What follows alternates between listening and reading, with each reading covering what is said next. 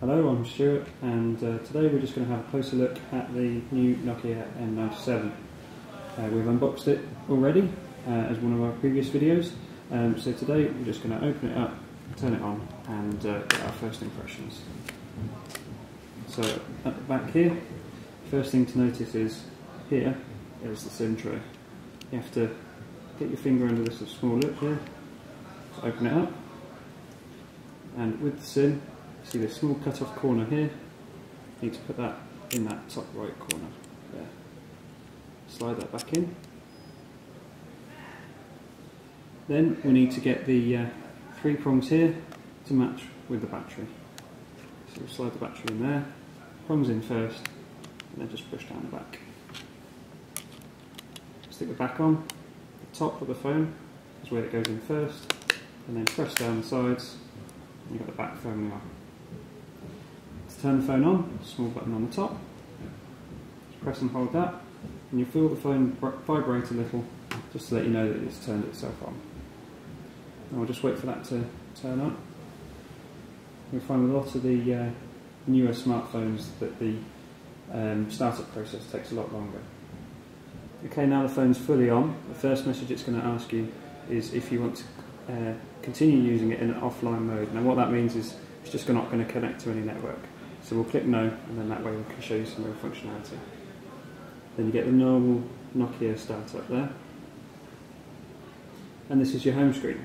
This is the, whenever you pull the phone out of your pocket, this is the first thing you're going to see. On here, all these boxes here are customizable. I'll show you that in a moment. You have your options and your contacts. Here is your main menu. You receive a call, end a call, and this one here is the most important one. This is how you can get the numbers up, so you can dial. So if you hit that, you'll see the numbers come straight up. Now, one thing you'll notice is, as you start using it, as you type, the phone will slightly vibrate every time that you press the button. That's something you can turn off and on, but it does help you know that you've made that connection. We come back out. I'm just going to hit exit. And the touchscreen on this is quite easy to use. Even when picking something quite small, just one small tap and it's there. And you don't have to be amazingly accurate. It's quite good at picking up what you're doing. You can, if you have trouble with it, use this. And this will, stylus will help you pick out smaller things. So we're just going to exit here. And this makes it a little bit easier. Some people like them, some people don't. Horses for courses. First thing I'll show you, after making a call, as we have done, is how to send a text. I'm going to press the menu button to get your main menu, and here you have messages. You can go to a new message, and then here you can either select someone from your contacts. So if we choose 2, it will then go to your contacts. So we're choosing test phone there, and now we want to type. Now the best way of doing it with this phone would be for you to then move the phone to one side. You'll notice the screen doesn't change until you slide the phone open to show the keyboard. Now the screen is now in landscape instead of portrait, and you have a full QWERTY keyboard at your disposal to type your message. So now I have a message and a recipient, and to send it, just hit this envelope with the small arrows there showing it's sent, and that would send the message. Just going to close that and delete the message, and that's it. Now you'll notice when we're back at the top screen that we now have this as well in landscape rather than portrait. If we turn it, it doesn't make any difference unlike other phones because we still have this keyboard open. But if you close the keyboard, it will switch back. The next thing I'm going to show you is just how to use the camera. On the back we have a small shutter here. By sliding that down, it will expose the camera and the flash. Now that will then turn the camera on. I'll just show you that from the screen end. I'll close it. You have your home screen. I'll open it, and it automatically turns the camera on. Now I'll just move something into shot to take a picture, and that way you can see the focus. By putting half pressure on this button here at the top, you see a green box. You use that to centre on your target, and then press firmly and it will process the image. Now one thing I found, I've been using this phone for a few hours now, and one thing I found is the focus, once you just hold that down and the green box appears, is very, very clear. It's very good.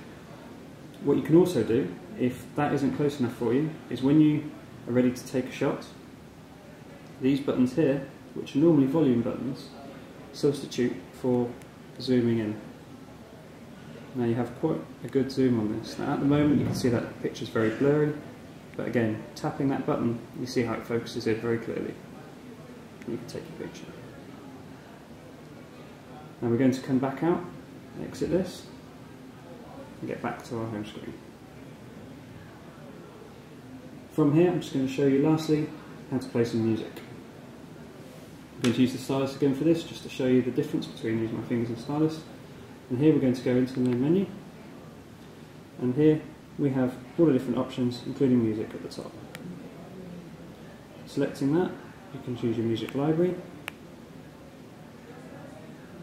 the artist or album playlists, all songs, and you have podcasts and genres and composers that you can customise. We'll go through artists and Beethoven, and here we can see the tracks. If you had many, they would be listed, but this is just a sample track. By double clicking on that, it will then turn to the music player. Now you can see here you have your play pause, your rewind, fast forward, further options, and then back to exit.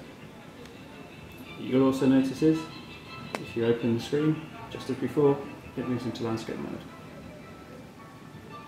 Now the speakers are on either corner of what would be the front of the phone when you're in landscape mode. The music is very clear and it's of decent quality. If you're going to be entertaining and you want it for a party or anything like that, you'd probably be best off buying a separate speaker system, but this is very good in a room this size, which is the average living room house. I'll just pause that, then you can come back out, keep hitting back, and it will take you back through all the menus that you were in before, and exit. The last thing I'm going to show you is the customisable front screen. Here, if you go into options, you have edit content as an option. By clicking on that, you have these two boxes appear, and these ones are greyed out. Now all these are customisable. So by clicking on an empty one, you can add content, and you can perhaps choose, in this case, BBC iPlayer. It will then load that. This is going to ask you if you're allowing a connection to happen. We'll just click no for this purpose, and we'll cancel that there. As it's loading, you will then find, if you click done, that's now part of your home screen. The loading content, once it's downloaded the design for iPlayer, that will sit there, and you can move them up and down and customise this as you will, and then that way it makes your phone, as soon as you bring it out of your pocket and turn it on, you know full well that you've got the right things to hand that you want.